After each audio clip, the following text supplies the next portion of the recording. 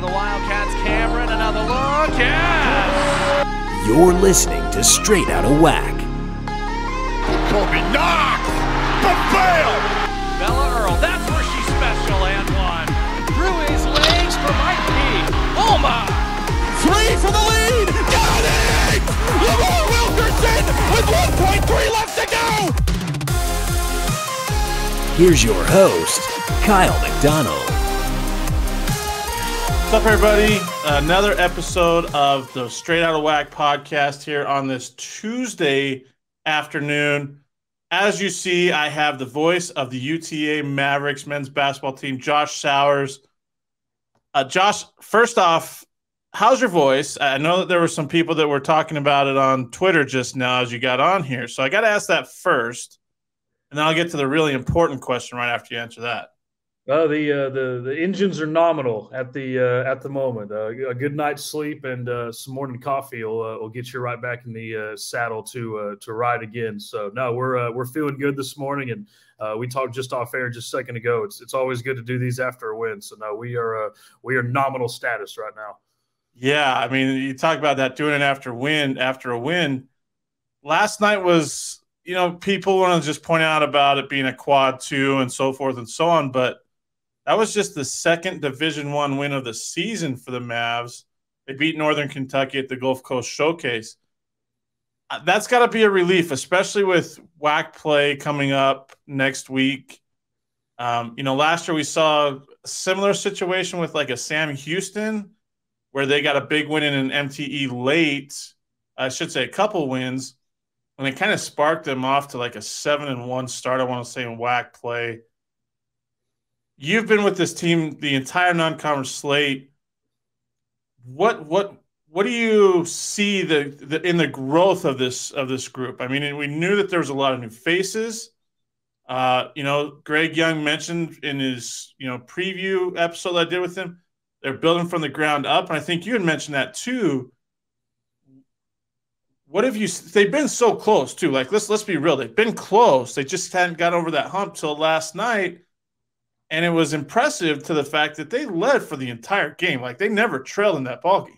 Yeah, it's been a while since we've had a wire-to-wire win against a D1 team. And for UT Arlington as a program, this is our biggest non-conference road win since 2017 at BYU. And those were much different times way back then. It was just a matter of time. And I talked to our associate head coach, Snoop Johnson, on the air for the postgame interview last night. And then I talked to Greg Young after the game off the air. It's just been a long time coming. These guys have been working so hard. And the LSU game, they deserve to win that game. They absolutely deserve that winning game. The North Texas game, that was a battle of two big bruisers right there. Somebody had to lose. Unfortunately, it was the Mavericks. That was a great game. The Texas State loss that we most recently are coming off of, that was a bit of a step backward. And I think this week-long finals break hit at the exact right time. Everybody hit the reset button.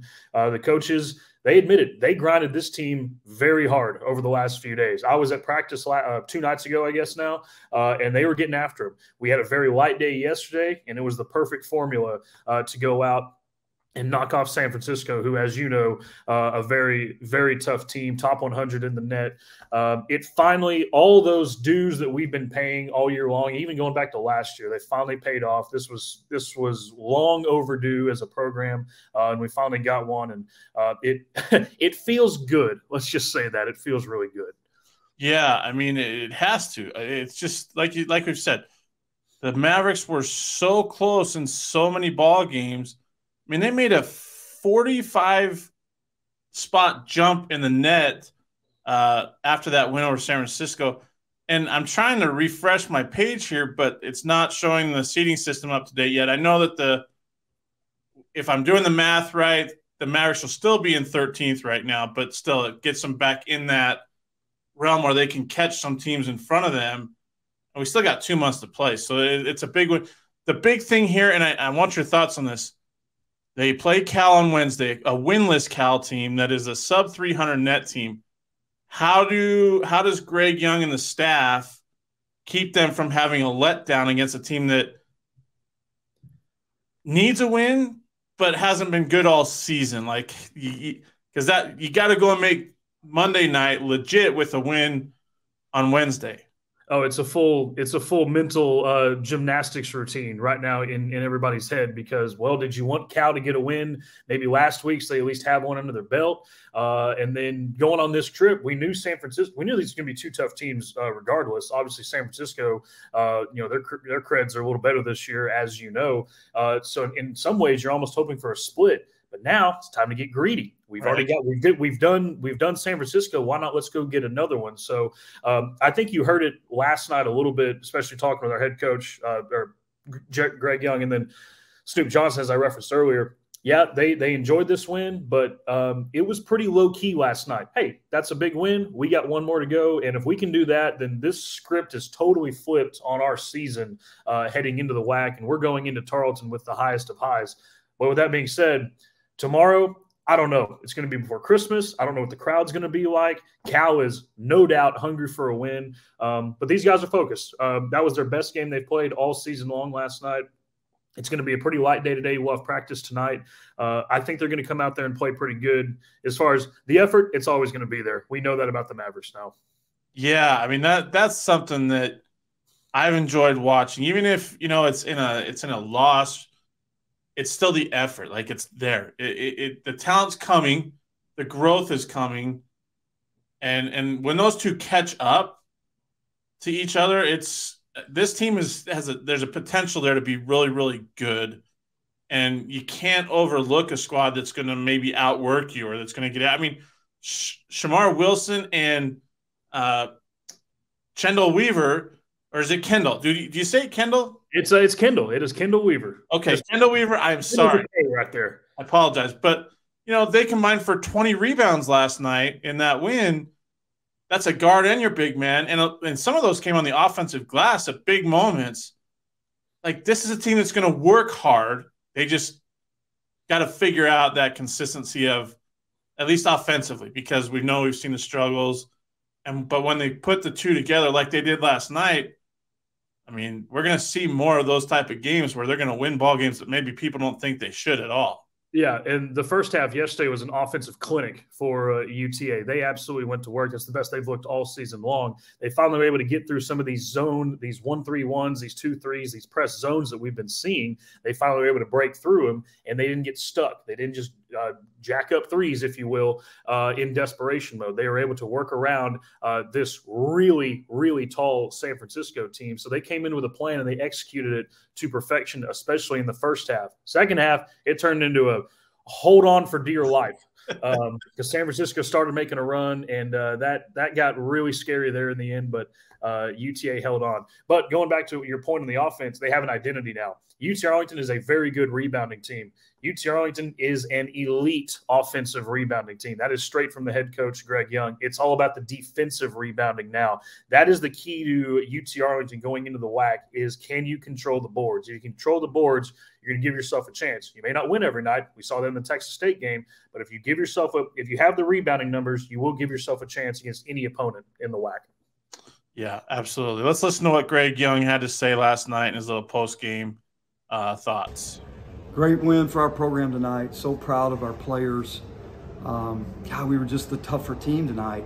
And they're really good. I mean, they just beat Vegas Saturday night, who was undefeated. NCAA tournament team last year. To beat them on their home floor. And it wasn't easy. And we had to hold on for dear life late. But we hadn't been in those situations much. But I love the way we finished. We made some free throws to ice it. And I'm proud of our grit and our toughness.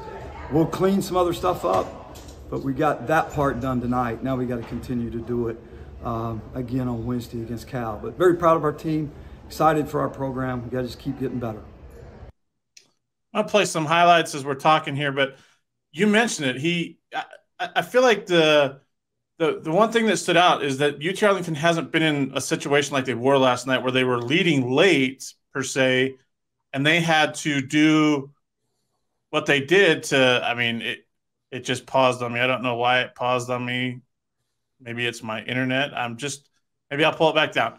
So it's one of these things. I'll give you a spoiler. Tyler Gibson makes that three. Yeah, but like he talked about that late in game and you've mentioned it, where they had to hold on for dear life. You could see it that San Francisco got up in those young guys' grills. They put the pressure on. And there were some horrible turnovers there late in that game. I mean, but they handled it. They finished it. They knocked down free throws late to win it. How does a team deal with that, being in a situation when they haven't really been in that situation before? Well, I think for us as broadcasters and fans and staff, I think you just kind of learn on the spot as we had to yesterday. And no doubt there was some growing pains with some late game turnovers and had trouble inbounding the ball and San Francisco pressing and poking the ball out of your hands. But that was a first, as you mentioned. So that's all a part of this script of non-conferences. Let's find out every game situation we can be in and find a way to win the game or get out of this jam and whatever situation you put yourself in. So, yes, you're right. That was absolutely brand new. I thought for the most part, UTA handled that very, very well. Yeah, free throws clinched the deal. And then San Francisco had 2 technical fouls in the second half. Brandon Talbot, who was only 5 of 6 from the free throw line this season, goes in, knocks down all 4 shots. So credit to Brandon Talbot for those. Marion Humphrey made a couple late game free throws as well. So that's when it comes down to the mental toughness when you try to hold on to that game because, yes, I mean, you know, the War Memorial Gymnasium, it wasn't full yesterday, but there was a good amount of fans. They're making noise. And that's one thing about San Francisco is they're going to try to jaw you. They're talking to you. They're jawing it. You're getting a lot of back and forth. And that's when the mental toughness comes in to make those free throws. So that's what I was excited to see last night is, okay, this is what's going to happen in these late game situations. You're going to get to the foul line. Can you make those foul shots? And they did. Yeah, I think that's the biggest thing is that mental game. You know, your head, you know the pressure is going to come. You handle it. The game sped up a little bit. And I saw a couple players, like, especially the veterans, just kind of come in and say, we need to slow down. Like, let's catch our breath. You know, Greg was pretty adamant on the sidelines, you know, trying to get his guys not to turn the ball over and so forth. It's one of those things. You get a ball game like that. You lead from wire to wire. You get put in a situation where you know San Francisco is going to come at you with all they got late, and you're able to handle it, finish out the ball game, walk away with a huge road win. That's a huge step in the right direction for any team, much less a UTA team that has been so close and they could have folded because they've been in those games where it hasn't gone their way and yet they didn't fold like that. I think that's one of the most impressive things about last night. Yeah, no, and as we talked about earlier, like I said, it everything that we've been working on since the fall finally all culminated in what we saw yesterday. Everybody played a part. We still don't have any player averaging more than double figures. I cannot remember a UTA team going back to when I was a student this late in the season that nobody is I say late in the season. We really haven't even started yet, to be honest with you, with the WAC coming up. Not averaging double figures, but it's a full – we're in San Francisco. It's a full house of supporting actors right now on this team, and everybody's playing their part at an exceptional level, especially last night. Yeah, I mean, you had 3 guys in double figures. Aaron Cash, Kyron Gibson both had 12. Then you had Marion Humphrey with 11. Marion Humphrey started off the game with a throwdown dunk off an alley-oop that came off a steal. You know, and then you had Shamar Wilson with 9, Kendall Weaver with 8. Brandon Talbot with 8, Brandon Walker with 6. You got to like the balance that Greg Young has right now. I mean, you want to have somebody that's the guy that you can put it in their hands at the end of a ball game. But, I mean, you had Kendall Weaver who knocked down free throws late. You had Marion Humphrey who knocked down free throws late. You got guys that can be that guy, so you have options. And I think Greg Young has to like that there's multiple options rather than just maybe – like some teams have one guy that they're going to put it in their hands at the end of ball games. Yeah, there's no doubt about it. That's the strength of this team. Other than rebounding and defense, depth is another huge strength for this Maverick team. There are a couple guys that we still need to get going just a little bit. If we get those guys going, 2 or 3 of them, then this team can be a really, really top-level WAC team. We just got to get some more of those supporting characters on the right side of playing and whatnot. So I think it's there. The depth is already there. Just keep these guys out of foul trouble. They'll be okay. But if those guys are in foul trouble, bring this other crew in, and they'll be just fine. Just got to get a couple more guys on the same page, and we're right there. Speaking of that, I'm going to see if this will work. That could show some highlights here. There we go. Yeah, well, I was trying a different way. So there's all kinds of different ways I can do it with the streamer. But as we're talking here, you mentioned the foul trouble. How impressive is it that Shamar Wilson continues to stay in ball games, considering he's the biggest guy on the roster, and without him in his 6'9" size, I mean, you still got how impressive is it that he stays on the floor without getting into foul trouble? Well, because if he stays on the floor, then you have your variety of options at the 4 spot. At the you can have another guard, you can have another forward. You can have Aaron Cash, who's 6'6", playing the 4. You can bring in Brandon Walker, the freshman, off the bench as well. So keeping Shamar in the game is very impressive. He had a great game yesterday. He has improved so much. I think you and I over the summer or the late fall talked about who's your most improved player from last year. We said it was Shamar Wilson, and there is no doubt he's gained some muscle, and he's showing off right now just how strong he really is down low and simply not afraid. And I was really happy yesterday with his mental composure as well, because very late in that game, he had a big basket, and some of the Dons were going after him, kind of jawing him, trying to get him to talk, and all he did was just walk away. He just walked away and didn't say a word. So I was very happy to see that. That's another sign of mental toughness, as we talked about earlier. Very, very impressed with Shamar Wilson. And, if he can stay on the floor, the Mavericks have a really good shot. And, if not, like we said, the depth, it's there. Just get a couple more guys there if Shamar gets in trouble. I want to ask you about Dario Domingos. Is he injured? Can you give an update on him? I know that he's through 10 games, he was a big part of what UTA was trying to do as well. I think it's just a game plan as we go along. He's still adjusting from JUCO and whatnot, and trying to get involved in this system. And Mavericks, they were trying to play pretty quick last night. I think the game script just didn't allow him to get any playing time. But you'll definitely see him tomorrow against Cal. Talk about Aaron Cash, Texas A&M transfer. He seems to, I don't want to say be the guy, but he does a lot between knocking down a perimeter shot, finishing at the rim, and he's got some great athleticism from what I've seen. Oh, there's no doubt. And, the battle of the former Aggies last night with Marcus Williams on the other side for the Dons, Aaron Cash won that battle. That was good to see from him. He had a lot of friends and family. He's from San Francisco. He had a lot of friends and family in the crowd. They'll be there tomorrow night against Cal. Hey, UTA may have a bigger crowd than Cal tomorrow. We're starting to count the numbers, and we're approaching some high numbers. Maverick fans tomorrow. He's coming along. He's had a couple tough games this season, but I think everybody has so far. Hence, you take a look at some of the results we've had, but he is starting to come along. This offense is starting to gel together, because now it's back-to-back games where the Mavericks have shot above 48%, which, as you know from the box scores the previous few games, they haven't done that. Yeah. So he's a part of this puzzle. He's coming together. And yes, this is one of the more athletic teams UT Arlington has had in several years. You throw in Kendall Weaver in there. You've got Aaron Cash. You've got Kyron Gibson. You got a few others. But Aaron Cash, he's definitely coming right along at the right time. Awesome. Follow Josh Sours at Josh Sours on Twitter, the voice of the UTA Mavericks.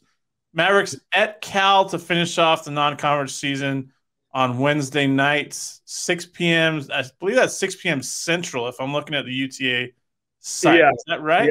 Yeah. It's a 4 o'clock California time start for us. That's a 6 o'clock Central. And before I was told I had to do this, I have to give a shout out to our director of operations, Parker Edson, for putting together our trip to Alcatraz a couple days ago when we flew in. And shout out to our bus driver, Jim. He drives the 49ers around. So we've got a very high level bus driver on this trip. So shout out to him. But 4 o'clock California time tomorrow against Cal.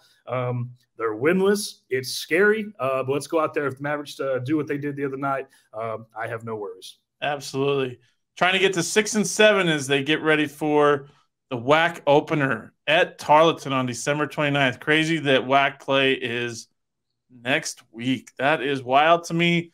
Josh, thanks for the time, and we'll look forward to watching the Mavs on Wednesday nights on the Pac-12 Network. I mean, you can listen to Josh on the Varsity Network app, correct? Yes, that is correct. We're on TuneIn as well, and I always post the links before every game, and so does our basketball account. But yeah, Kyle, hey, appreciate you having us. Good to talk to you again, and hey, have a Merry Christmas. We'll see you on the other side. You as well, Josh. You as well. Thanks for listening, everybody, and have a great rest of your Tuesday.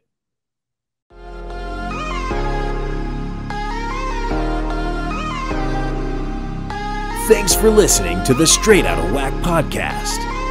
You can find us on Apple Podcasts, Spotify, and other podcasting platforms. Be sure to subscribe so you never miss an episode. Remember to follow us on Twitter at Whack Hoops Digest and Facebook under Whack Hoops Digest for all your Whack Hoops news and information.